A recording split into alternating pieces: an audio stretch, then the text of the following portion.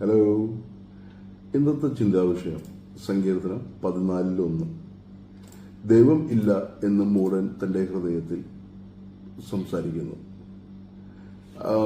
ഇത് പറയുമ്പോൾ സാധാരണ ഈ വഷളന്മാരായി നടക്കുന്നവർ, അതുപോലെ ദൈവം ഇല്ല എന്ന് പറയുന്നവർക്കൊക്കെയാണ് ഭയങ്കരമായിട്ട് വളർച്ച ഉണ്ടായിട്ട് നമ്മൾ കാണുന്നത്.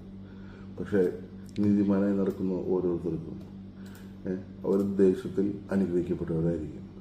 വേറൊരു വചനമാണ് ഇതിൻ്റെ ഒപ്പം സങ്കീർത്തനത്തിൽ നിന്ന് പാട്ടുകാരൻ പറഞ്ഞിട്ടുള്ളതുപോലെ, കർത്താവിനെ രുചിച്ചറിയുവേൻ, അവൻ തേനിലും തേൻകട്ടയേക്കാളും മധുരമുള്ളതെന്ന് പറഞ്ഞിട്ടുണ്ട്.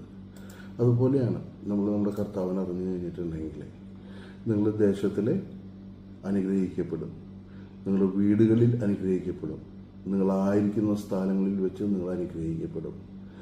അതിൻ്റെ അർത്ഥം എന്താണെന്ന് വെച്ച് കഴിഞ്ഞാൽ നമ്മുടെ തമ്പുരാനായ നമ്മുടെ ദൈവമായ കർത്താവിൻ്റെ കയ്യിൽ വളരെ സുരക്ഷിതരാണ്. So be with the Christ. Amen.